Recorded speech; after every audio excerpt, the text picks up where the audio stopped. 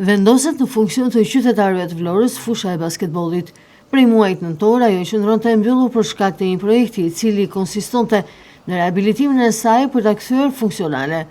Funksionimi i saj prej vitesh kishte shkaktuar dëmtim të konsiderueshëm të kësaj fushe basketbolli, duke bërë që ajo të dilte jashtë çdo funksioni.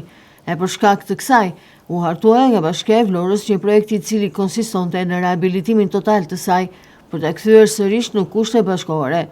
Por projekti me sa duket zgjati më shumë në afat se ç'ishte parashikuar. Sipas informacioneve, ai duhej të zgjaste në realizimin e tij vetëm një muaj, por punimet zgjatën shumë herë më tepër.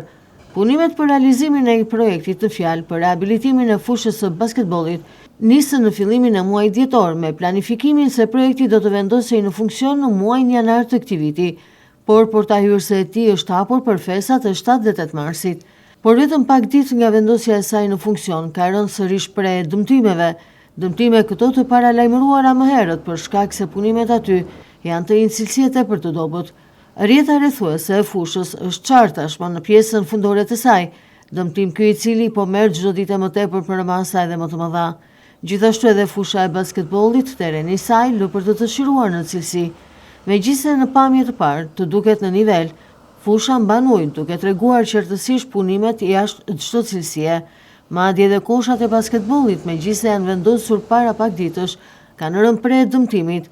Me këto ritme të tanishme, sipas pritshmërive, kjo fushë pritet të dalë jashtë funksionit, sërish brenda një kohe shumë të shkurtër, për shkak se dëmtimet aty çdo ditë edhe më tepër po zmadhohen, teksa megjithëse jemi në ditët e para të vendosjes në funksion të projektit, dëmtimet janë të konsiderueshme.